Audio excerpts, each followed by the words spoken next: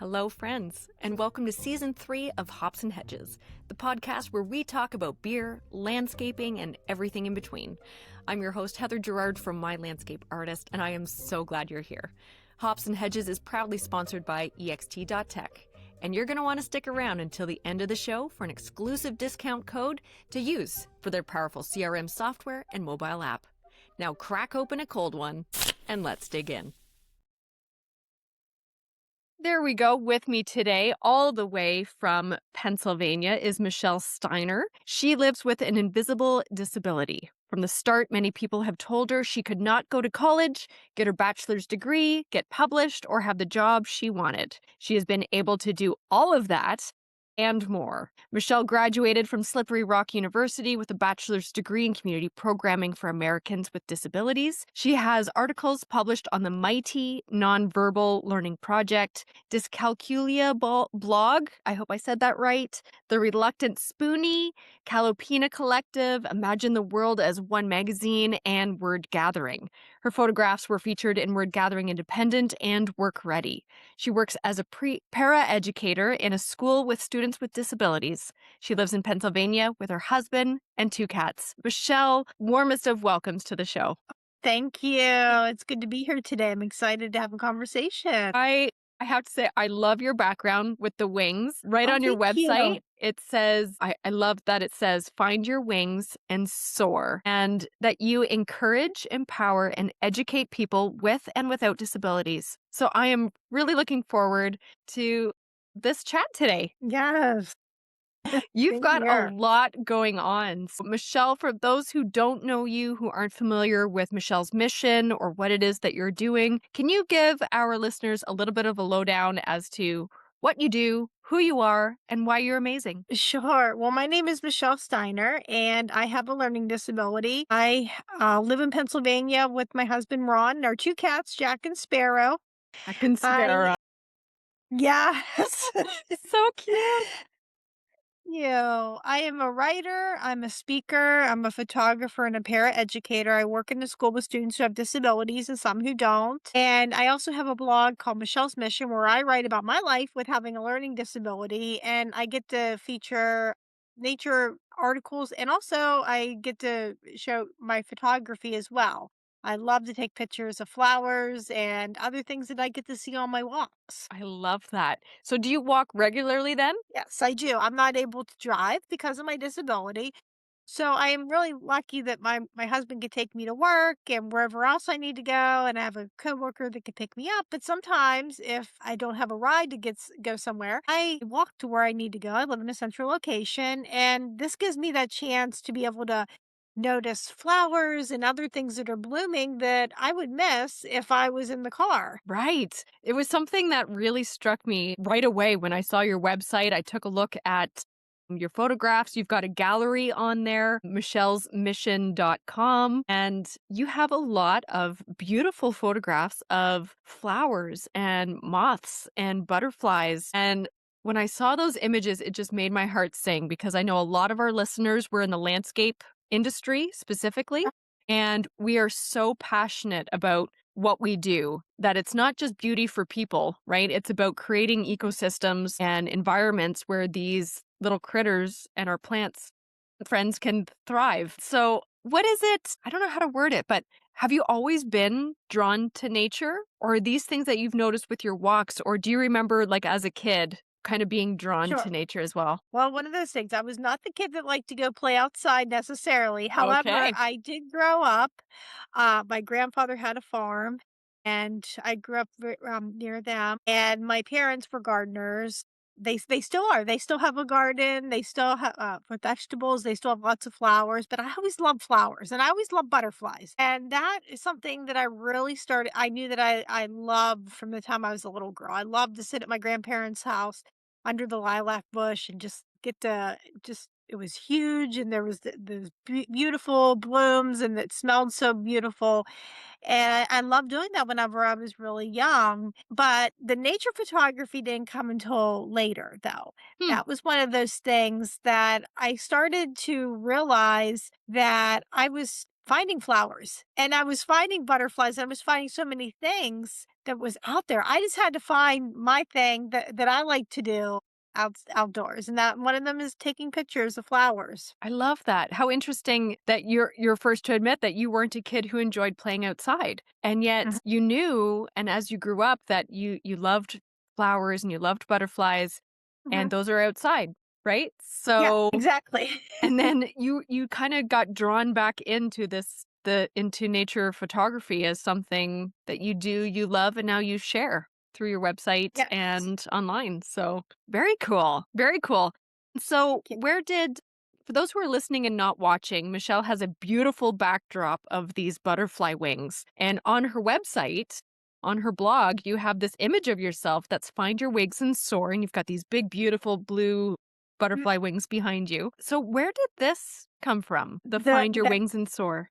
the Find Your Wings and Soar that I have on my website, the mall had that, and, it was a little hour over an hour away, and I found that one time where I was at a birthday party. It was actually my birthday party, and we were having dinner, and right before that, I saw these wings, and I said to my husband, "Oh, I gotta take a picture of this after dinner." So Yeah. we did that. We had a little photo op with that. The ones that are directly behind me in my background are from our library. That's one of the murals that is on there. Wow. And I saw that and I thought, "Oh, this is the perfect backdrop for podcast and for recording." And Yep. I just love that. That's very cool. It's interesting. Like, I sometimes wondered if I need like a hops and hedges, like pints of beer and flowers behind me. I'm actually in my office, but I have a special filter Yours. on that blurs the Uh-huh. background. So some people say, Uh-huh. that's like a weird green screen. It's not even that interesting behind me. I But love it. it's actually just my Yeah. wall. But this filter makes things more blurry as things go in the Oh my distance. goodness. Yeah, So it's I not a see the green flowers. screen. Yeah, it's not. No, I love it though. That is so nice. Thank you. Yeah, that's my vision board wall. So as the year progresses, it gets more full. So the later seasons, that's just you don't see any white. So you founded Michelle's Mission 6 years ago. Yes. Can you tell us what is Michelle's mission? Michelle's Mission is a blog where I write about my life with a learning disability and I get to feature my photography. And my mission is to encourage, empower, and educate people with and without disabilities. That is something I really want to do. And I draw a lot on my experience with my life with having one. But it started 6 or about 7 years ago with the pandemic. I Mm. can remember I was thinking I wanna really start a blog where I'm able to write about having my life because I was published up until that point, and I thought this would be a great time to do that. I have this time where Yeah. I'm at home, and it took off from that point. It's interesting how COVID, for so many of us, myself included, was almost the universe's, I don't know how else to say it, but like the universe's or God's way of saying, you needed time out. That Yeah. I laugh about it now, but at the time, it was a full stop and you were left with your own inner Mhm. voice, the quiet, and a lot of Yes. us really dug deep into, okay, well, if I have nothing to do and everything's closed, what do I want to do? Because Right. I'm unemployed, nobody's paying me, I can't get a job because everything's Right. closed. So, what do I want to do? Like, what do I really want to do? And I think that time out really uncovered a lot of stuff for many of us. It really did. I was working from home at that point with the school. We were doing training videos, and I was like, okay, what is it also that I want to do? What is that time that I can do this? Because we couldn't go anywhere. So, yeah, I Yeah. agree. It was that reinventing yourself or figuring out those things to do. And so, with you teaching from home, what ages or grades is it that you're working with? I work for seventh graders. So we're back in person. And most of the work that we did at that point, because it was so sudden, was trainings. Now, as we kind of went back in, but then we'd have to close, sometimes we would have online classes that would meet. And sometimes that would be like supervision. I had students like for their learning support classes that we would Right. have. And a lot of the students that I have they have learning disabilities like I do, or some of them have autism, some have behavioral, other ones might have visual. I've worked with students with visual issues before, students that have been hearing impaired, just a wide variety of ones that Mhm. you get. And they're all my students that I work with are the ones that are in a general ed classroom and they have like a learning strategies class. They're accessing the curriculum that students are using. It's not a separate class for a lot of them. So I kind of go in and I get that chance to help them with their work. I also have that opportunity to be able to show them how to advocate and how to be able to speak up for themselves. And I think that's important too, because for so many of my students, they're going to one day leave me. And for a lot of them, their disabilities will still be there. So I think it's real important now they know how to speak up for themselves. Right.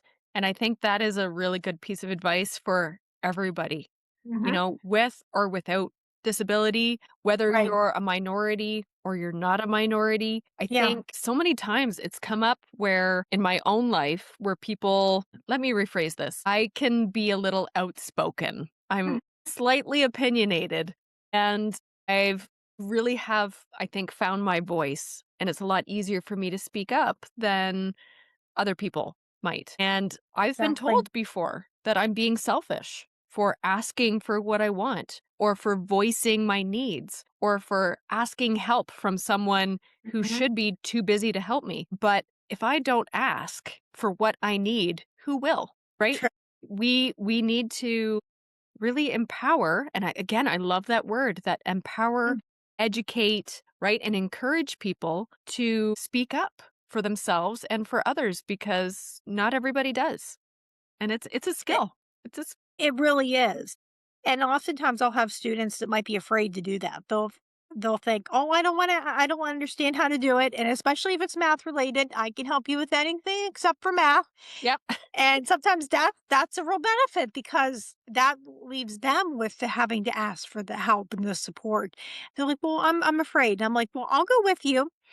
And I'll usually just stand with them for support, but they're the ones that have to go and they have to speak up and say those things. And I'll only intervene if they're just standing there and not saying things, but I really try to encourage them. And a lot of times, what I start to see is that student isn't afraid to raise their hand anymore and ask questions in class. And that sort of Oh, fades off with them asking me for a lot of that support. And they're asking on their own. They're finding that way. And I think that's just what I really want a lot of them to do is be able to find their way. Well, all of them to be able to find their way. yeah. And how rewarding that must be. When somebody Mhm. who's been very quiet and maybe unable or unprepared or unwilling to speak up, and then they do. And it's just like, Yes. we'll see if my microphone might have removed that angelic singing song that I just did in post editing. Anyway, so I love that in your biography that you have on your website, you say right off the hop that, people said that you couldn't do this, you couldn't do that, you couldn't get a bachelor's degree, you couldn't get a dream job, you couldn't, and you did, and more. You did earn your bachelor's degree. So Yes. congratulations. That is Thank you. no easy task. So what was that like as somebody with a learning disability? Well, it was really discouraging, especially when ever I was in high school, because I knew I wanted to go to college. Yeah. But I knew, and I also had an understanding it was going to be difficult for me. And I wasn't naive to that fact, especially with math. I think that was my biggest worry out of Mine too. yeah, and especially with the disability, I really understood a lot of that. And I can remember I wasn't alone in those fears. I had a learning support teacher in high school that said, well, you're most likely not going to be able to go to college because of your math. She wanted me to go to a trade school. She told me I probably could write a bestseller, but she told me I was never going to understand math. She was right about not being math not being my friend. It certainly Yeah. is not my forte. But nothing at the trade school really interested me. I think some of it would have been even harder than a college classroom with having my disability. I don't think anyone wants me to cut hair with my hand dexterity and visual perception issues. Not being able to drive means I couldn't drive an ambulance or a cop car, and cooking involves math. And I just didn't think that those were the things that I wanted to really do with my life. And I decided, okay, I'm going to go to college. I was connected with Office for Vocational Rehabilitation, and they paid for me to go back to school. They paid up everything, the testing and all the services.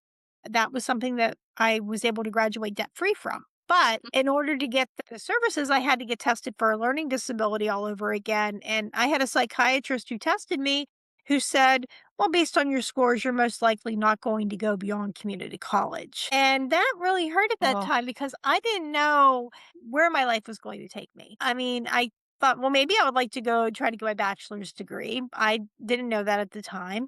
And then I get to community college, and there's even more stigma. People thought that using disability accommodations was cheating. When I asked a professor for a calculator in a math class, she said, no, we use our brains in this class, not calculators. I was also told by an advisor that I would have limited job choices when I graduated because I wouldn't know how much paper to give out to students if we were doing an art project. And it's not that those things haven't happened, it's just how we have to learn how to handle them. yeah. I had people who were saying, well, you may not be able to find anybody because you have a disability. So I struggled with that purpose, but I was able to graduate with my associate's degree in early childhood education. Moved Amazing. out on my own. Thank you. I moved out on my own for a while and I loved having my independence, but I was working temp jobs and I really struggled. Well, what is my purpose in life? There's so many things I knew I wanted to do, and I always wanted more for myself. And I decided um, to move back in with my parents for financial reasons. And this was the time I thought I'm going to go back to college. And I went to university and I carefully researched the programs that were out there. And I can remember that was one of those things too that I found the right program that had the least amount of math and science possible, had accommodations, and I used them, but I still face stigma. I had a professor who thought I wasn't a great writer and said, "You may not you're not a good writer." I've had a couple who told me that. I was able to get my bachelor's degree in community programming for Americans with disabilities, and I can remember after that, I thought, I can do just about anything at that point." So I Yeah. had to get tested again because I wanted to go and ride the bus. I mean, I could do anything except for drive pretty much, Yep. or math, and I needed to have testing to prove that I couldn't do that because of my disability.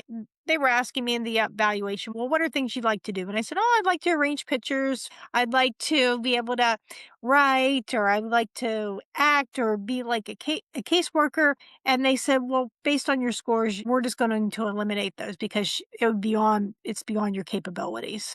And that's after a bachelor's degree. And I would have been yep, fuming. it was hard. That was a real difficult time for me to do that. But it was pushing past a lot of that because I went to a writing group years ago, and we still meet once a month to talk about our writing 20 some years later. Wow. And they really influenced a lot of my life. And they always told me, you should write about having a learning disability. And they said, oh, no, that's too personal. But shortly after that, I was also diagnosed with limited hand dexterity after that evaluation. And I couldn't unlock our front door. And that's what Mm, gave me that courage to finally write about it. And it got published on the Mighty. unbelievable. Like so many people along your journey just said you Mhm. can't do that. This is beyond you. This is too much. And you probably pretty much just said watch me. Yeah, pretty much. I love that. I didn't Absolutely love afraid. that. And it's very inspiring. So, Yeah, still have lots that I want to talk to you about, but I see that you have a sure. really cute mug and I Thank have you. a very less I just have a whiskey tumbler. It's not as exciting as your mug, but I'm just Aw. drinking a fizzy water and a rum, actually. No beer today, just a rum. But your Okay, mug, for those who can't see, it says, all you need is love and coffee. thank you. It's Love a that. brown sugar coffee today. Yeah, Brown sugar coffee? That sounds really good. yeah, we tried it's a Pop-Tart brown sugar coffee, and it's I need to really find good. this. So, you can find it on Walmart. Okay. I Yeah, will look for it. Well, Michelle, cheers to you. I'm going to yes, take a thank sip you. of my rum and you have your coffee. Brown sugar coffee. I'm gonna have to track that down and give that a try. Mhm. Um, so something on your questionnaire that I'd love you to talk about because this sounds so cool. So like it gives me goosebumps when I read it. I always ask people on this show if they have a mentor that they would like to Mhm. give a shout out to. And you mentioned a student teacher in high school that told you that you could do college, even though other people couldn't. Yes. And you actually say you can't remember their name. Can't. Nope. But this Can remember her person, face.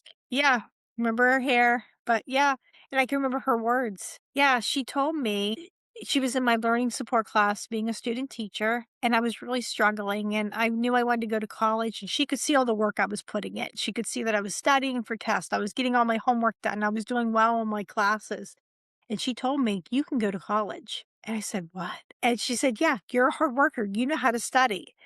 And I said, "Well, I have a math disability. I don't know how I can do this." And she goes, "I have peers that are there and they have a math disability and they're in remedial math classes. You can do this."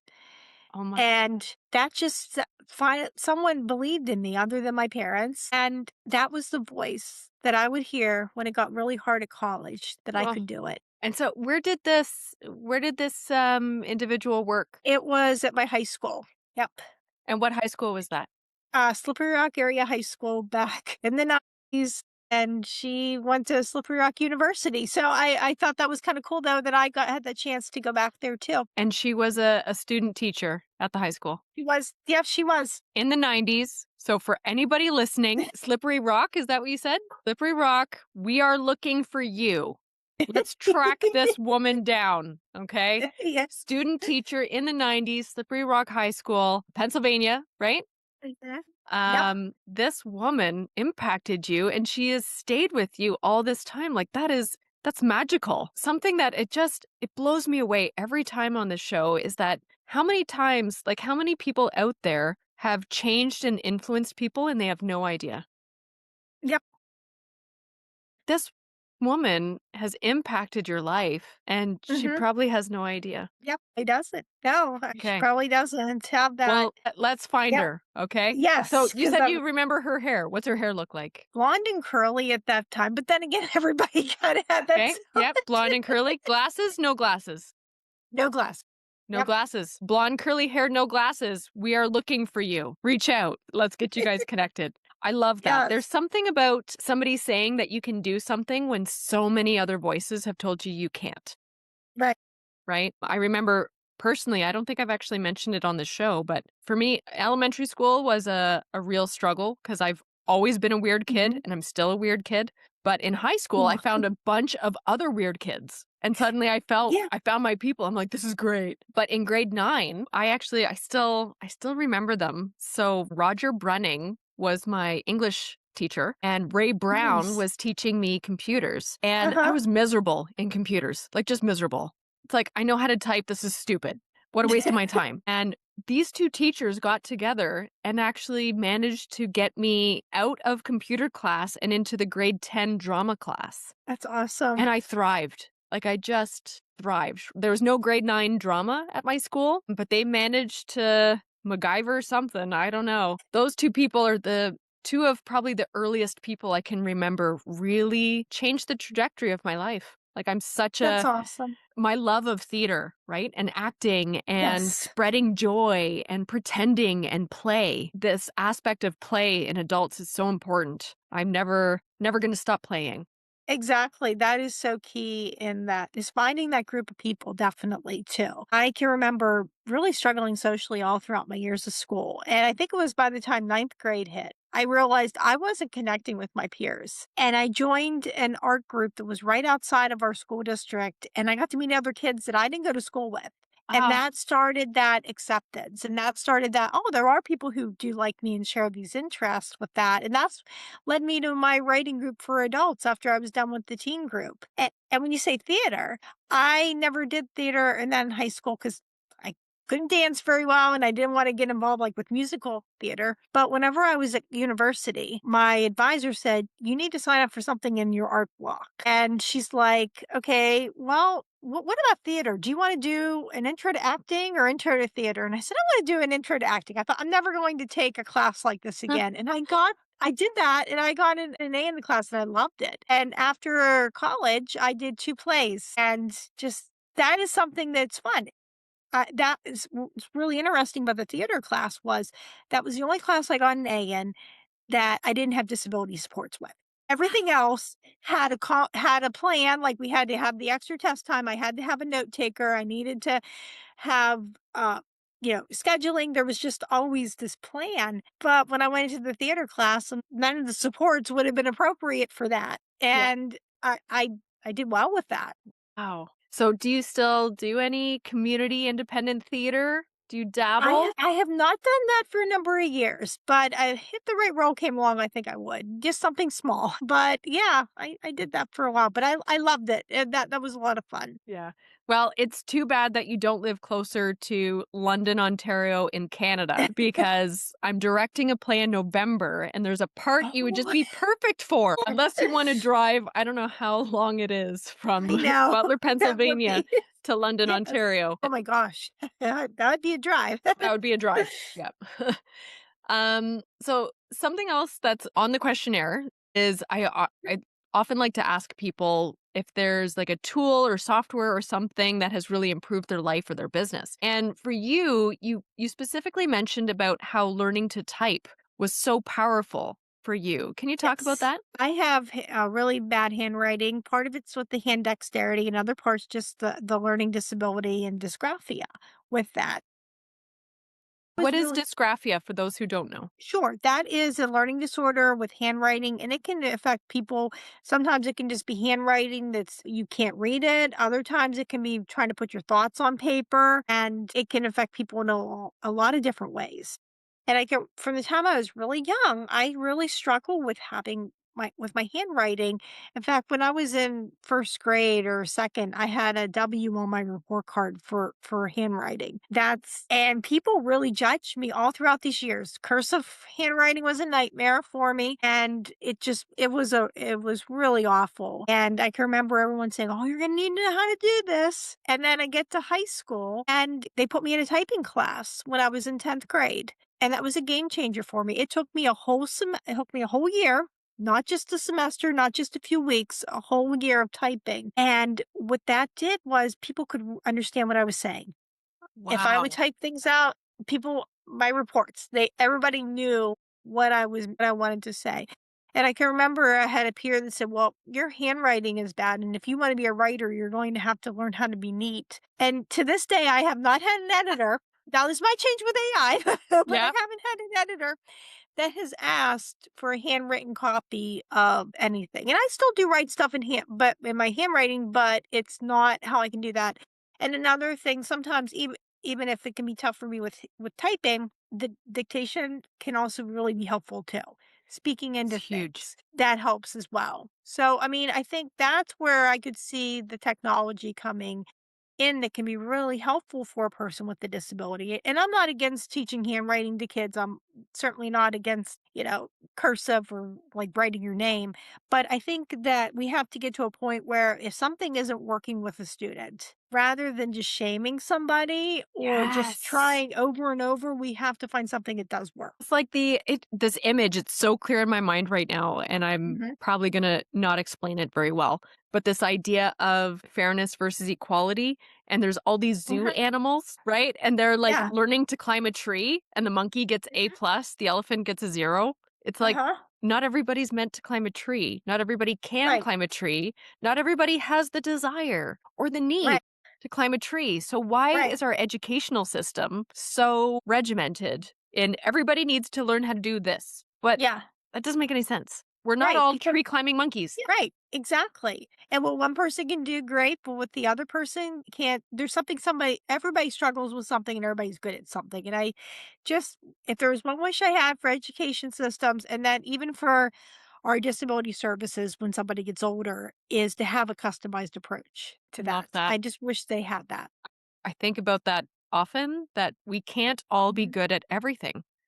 No Yeah. one person can be good at everything. There's going to be something that is harder for them that comes Mhm. easier to someone else. And I hear you when you say the math, because for me, like I hated math all throughout school. When I became a quote unquote employee, I was like, yay, I have my adult job now. Right. And then I lost it. And everybody's like, start a business. And I said, I can't because I'm not good at math. Yeah. And now I'm 6 years in business and I don't do the math. I hired someone who is good at the Yeah, math. exactly. Right. If there's a form that involves numbers, uh people might look at me like, "Well, why can't you fill this out?" And I'm like, "Well, I can't." And so I'll have my husband do that later on Yep, or somebody else to help me out that knows what they're doing because not everybody can do the same thing. And that's okay too. absolutely. And you know what? If we were perfect and good at everything, Hmm. we would be so exhausted. Yeah. Exactly. Like, I would just sleep all day. So, I love this right on the questionnaire, I keep coming back to this, but Okay. I like to ask people, "What's the biggest lesson that you could share with someone?" And this is what you wrote. I'm gonna read it verbatim, okay? It says, or you said, "Success often does not come in the package you expect. It comes in a package that was even better than what you expected." Yep. My dad used to tell me that when I was little and I was really discouraged because I used to think that success for me would be, okay, I'm going to get rid of this disability. And what's Mm, going to happen is I'm going to have the perfect life. My problems will be solved. And it was success came in so many different packages. It may not have been how I expected it. It certainly didn't take away my disability. That didn't happen when I graduated. It didn't happen whenever I got published. But I was still able to be successful with having that. It yeah, it didn't come how I thought, but it came. there's a certain trust Mhm, that, you're I don't know how to explain it. It has to do with the universe and energy, I think, or God or however, right? Everybody's mhm. different. But somehow things tend to work out, and it's Yes. crazy. Like, that's like Yeah. we could do a whole other podcast episode just on the craziness of this energy and how Mhm, how things happen and come about. Excuse me. So something else too, and it kind of relates to what you were mhm. saying about we were talking about equality and fairness in the education system. Yes. So I just wanted to come back to that for a second because I see that the book that you recommended is called Learning Outside the Lines by Jonathan Moody. Yes. Uh-huh. So can you give us a quick summary on this? Because I already want to buy it just from the title. Jonathan Moody has a learning disability, and he talks about how his experiences with growing up and just learning differently than maybe somebody else would learn. And that's just there's not these straight lines with having that learning disability. It's just the straight lines that everybody, there's nice little neat pictures that everybody else gets to color in and stuff doesn't work for a person with a learning disability. They need to be able to color outside of that. And he's had a lot of his success through coloring outside the lines in life and in learning. That is so cool. Okay, I'm going to look up this book. And so, as a writer yourself, what types of things do you write and publish? So, I know that you talk I about write your experience. So, is there a book in your future or has a book been written? Is it in progress? I write about a lot about nature and just how I do nature analogies with having a disability. I also love butterflies. So I might talk about the transformation that I've gone through, the metamorphosis with having a learning disability. And I might talk about how my accepting my disability is like a flower that's blooming. Or the thorns, the rose of having a disability where there's these beautiful petals, but there's also these thorns that sometimes come out too. I've had stories published in 4 anthologies, and I would like to write a book on my own someday, and I just have to get down and actually do that. That is one of the things in the future I'd love to do. I have a children's book that I would love to get published, and then I would like to also do a memoir on my life with nature That's stories. so interesting. Like the comparison of nature and Mhm. your own experience. That's I'll buy a copy. You just let me know Okay. when it's on shelves or available. I also believe that there's a book in Me Too. So, and it's Huh? about like life lessons from the garden. Nice. Similar. It's Right. interesting. It's like we should Uh-huh. maybe be each other's accountability buddies, That would probably be right? good. Like, Yes, we could hey, be like, Michelle, how many words did you write today? huh? Well, get on it. And then you can call me and So, be like, Heather, yeah. how much, what chapter are you on? Right? We will do this, Michelle. We will Yes. write that darn book. Yes. Too funny. Mm, Eh, So, what was the other? Sorry, sometimes my brain just stops working, full stop. And that was it. I know what I wanted to ask you. So, you are in Butler, Pennsylvania, and I had to yes. look this up. You are an hour and 10 minutes away from the Phipps Conservation. Have you Yeah. been? Yes, we have Tell me. memberships I've there. never been. It is amazing. They have, flower shows, like, throughout the year. They have a summer show that lasts, also from May until about September, and then they have their fall flower show that's about 3 weeks long, and then they have right before Christmas, usually around November, they'll start with their Christmas show, and everybody comes out for that. Everybody loves their holiday show, and then that goes on until a little bit after the holidays, and then in January, they have an orchid show, and that is something we always look forward to. And then they have now right now, they have their spring flower show. So, we got to see that over the weekend, and that was just so pretty, and then they have a butterfly room, but that's only in the summertime. Okay. So, the butterflies will come, and you get to see the all the different kinds of butterflies. They have a beautiful courtyard, and everything that they do with their gardens is it goes along with a theme, and it's always different. You'll see Huh. different, like, seasonal things. Sometimes maybe, like, for their summer show, they might do I think they did a Van Gogh one year, and they do all kinds of different ones. They might even use up, like, trolls, so they'll do and it's all, like, Yeah. themed around that. It is so cute what So they do. each season, it's also a different theme. So it's not just the season, but Right, they'll choose some sort of right. theme and run Yeah. with it. Holidays, they'll do something. Spring, they'll do things with that. Sometimes they have a model railroad. They have one of their rooms. It's been one year it was Cuba, one year I think it was Costa Rica and Hawaii.